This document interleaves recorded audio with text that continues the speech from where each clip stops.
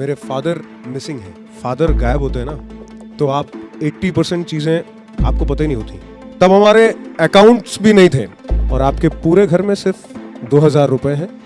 अब आप सोच लो कि आपके पास रास्ते क्या हैं। उस वक्त मेरे पास सिर्फ 2 रास्ते थे। मेरे पास सिर्फ ट्रक के सामने आओ या फिर ट्रेन के ट्रैक पे आओ। और so my name is Raghav Dwivedi. आप आरजे राघव के नाम से जानते हैं। रेडियो में करियर बस शुरू किया है, सिर्फ 10 साल हुए मुझे। और हाँ, सिर्फ 10 साल हुए, अभी तो बहुत आगे जाना है। मेरे घर में हम 4 लोग, मम्मी पापा दीदी और मैं। एक दिन आज के 10 साल पहले चलते हैं। सो एक दिन पता चलता है हमें ग्वालियर में, जब हम किराए पर रह रहे थे, कि मेरे फादर मिसिंग हैं। मतलब उनका कुछ पता नहीं चल रहा है, फ़ोन नहीं लग रहा है, कुछ भी पता नहीं चल रहा है। मिडिल क्लास फैमिली में क्या होता है, जब फादर गायब होते हैं ना, तो आप 80% चीज़ें आपको पता ही नहीं होती। बीमा है कि नहीं है, पैसे हैं कि नहीं है, किससे उधारी लेनी है, कुछ पता नहीं होता। फिर आपको सिर्फ कुछ रास्ते ही नज़र आते हैं। तो वैसे ही हमारे साथ हुआ। सर्चिंग चालू हुई फादर की, लेकिन कुछ पता नहीं चला। हम लोग जिस आश्रम से जुड़े हुए थे वहाँ पे भी बताया, वहाँ भी सर्चिंग चालू हुई, कुछ पता नहीं चला। सो बैक टू पवेलियन, घर बैठे, और मैं, दीदी और मम्मी। तब हमारे अकाउंट्स भी नहीं थे। 10 साल पहले की बात कर रहा हूँ मैं। काश तब जनधन योजना चली होती, नहीं तब कम से कम अकाउंट तो खुल जाते। नहीं थे। हमारे पूरे घर में जब हमने सारे रुपए इकट्ठे किए थे तो सिर्फ 2000 थे। तो ग्वालियर शहर में, जहाँ हम किराए से रह रहे हैं, 3 महीने का किराया देना बाकी है। आप छोटी सी जगह पे काम कर रहे हैं और आपके पूरे घर में सिर्फ 2000 रुपए हैं। अब आप सोच लो कि आपके पास रास्ते क्या हैं। अगर मेरी दीदी की एजुकेशन पे थोड़ा और अच्छा फोकस किया हुआ होता घर में, तो शायद कुछ अच्छे सिचुएशन में होते, लेकिन नहीं हो पाए। ऐसे कहने में तो बड़ा सिंपल लगता है कि यार मन हो रहा तो सुसाइड कर लें। आपको शायद थोड़ा मजाक भी लगेगा, ऐसे ही बोल रहे हैं, आरजे कभी ऐसा सोचते हैं क्या? लेकिन आप यकीन मानो, ये बात उतनी ही सच है जितना आप और मैं सामने खड़े हैं। उस वक्त मेरे पास सिर्फ 2 रास्ते थे। मेरे पास सिर्फ ट्रक के सामने आओ या फिर ट्रेन के ट्रैक पे आओ। और ये सोच ही रहा था मैं कि रात के 11 बजे के आसपास दीदी एक पेपर पेन लेके पहुंची मेरे पास और बोले, अच्छा अगर अपने पास इतने रुपए हैं, और उसी वक्त हमारे एक दूर के मामा जी भी आए, उन्होंने कहा कि सम अमाउंट 10,000 रुपए मैं आपको देता हूं, अगले महीने मैं नहीं दे पाऊंगा और उसके अगले महीने कोई और भी नहीं दे पाएगा। तो ये 10 और 2 12,000 रुपए आप जैसे खर्च करोगे, बहुत कुछ डिसाइड कर देंगे कि आप लाइफ में क्या करोगे। सबसे पहले हमने मकान मालिक का काम निपटाया। और ऐसा भी होता है कि जब आप मुसीबत में होते हैं ना, तो ऊपर वाला और थोड़ा टफ टेस्ट लेता है और थोड़ी मुसीबतें लेता है। मकान मालिक ने 3 महीने का बिजली बिल एक्स्ट्रा जोड़ दिया था। आप कहें कैसको जोड़ देता है? हमारे यहाँ मकान मालिक ने जोड़ दिया था। तो उससे जैसे तैसे हम आगे बढ़े।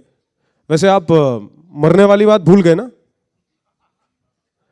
हाँ, ऐसे ही मैं भूल गया था जब दीदी ने वो हिसाब जुड़ाया ना, बिल्कुल ऐसे ही मैं मरने वाली बात भूल गया। और उसके बाद हम आगे बढ़े।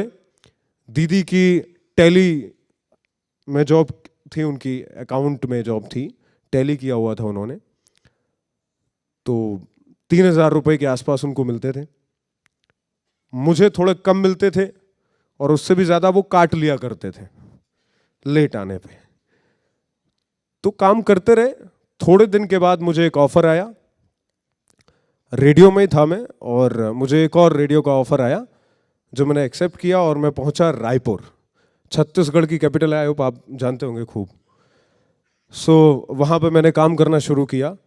फर्स्ट ईयर मुझे इवनिंग शो होस्ट करने को कहा गया था। फर्स्ट ईयर मैंने best evening jock gold award जीता फर्स्ट ईयर में। मुझे ज्यादा से ज्यादा ह्यूमर पर फोकस करना था, फनी चीजों पर, फनी स्टोरीज लानी थी। मेरे बॉस, दो बातें जो मुझे याद हैं उस पहली साल की, वो ये है कि एक ये कहा था किसी ने कि अगर जिसकी नज़र रणवीर सिंह पे पड़ी, अगर एनर्जी के मामले में तुम पे पड़ती तो शायद तुम भी कहीं होते। दूसरी मेरे बॉस ने कहा था कि जिस सिचुएशन में वो इवनिंग शो और थोड़ा फनी कंटेंट ला रहा है वो कमाल है। दूसरे साल again best evening jock gold फिर से जीता, और तीसरे साल जीतने से पहले मैं कानपुर आ गया था। कानपुर में मेहनत की। अच्छा, भूल गए ना घर में क्या हो रहा है? ऐसे ही मैं भूल गया था, क्योंकि बिल्कुल जो सपोर्ट मिल रहा था ना घर से मुझे, पापा नहीं है, मम्मी की तबीयत खराब, दीदी अकेली मैनेज कर रही है, तो वो दीदी ने ना एक बैरियर सा लगा दिया कि आपको घर की कोई भी प्रॉब्लम पता ही नहीं चलेगी, आप बस काम पे फोकस करो और करते जाओ। तो वही हुआ, अपन करते गए। कानपुर में लगभग 4 साल हुए हैं और 4.5 साल हुए। अभी जस्ट 6 महीने पहले हमारी फैमिली के पास घर नहीं था, हमारे पास तो 2,000 रुपए थे। हमने अपना नया घर खरीदा है। आपको पता है, दीदी ने ये सब जो सपोर्ट किया मुझे, बिना सोशल मीडिया पर कोई भी ज्ञान दिए। आज तक उसने एक लाइन नहीं लिखी है सोशल मीडिया पर ज्ञान वाली, आपको ये करना चाहिए या ये करना चाहिए या ऐसा होना चाहिए। लंबे लंबे स्टेटस लिखते हैं ना लोग, उसने कभी कुछ नहीं लिखा। उसने जो लिखना था वो किया, जो एक्चुअली करना था वो किया, सपोर्ट किया मुझे कि मैं घर की प्रॉब्लम को बिल्कुल नजरअंदाज कर दूं। So thank you so much मेरी दीदी के लिए, मैं यहां से कहूंगा, और आप अगर तालियां बजा दें तो बड़ा अच्छा लगेगा। दो ही बातें लाइफ में इंपॉर्टेंट हैं, पहला है कर्मा और दूसरी है फैमिली। अगर आप फैमिली की रिस्पेक्ट करते हैं, फैमिली के साथ रहते हैं, बड़ी अच्छी बात है। और कर्मा, बातें करने से कुछ नहीं होगा, काम करने से होगा। सो फोकस कर लो और काम करो। Thank you so much. My name is Raghav. Radio में सिर्फ 10 साल हुए, अभी तो बहुत से झंडे गाड़ना बाकी है।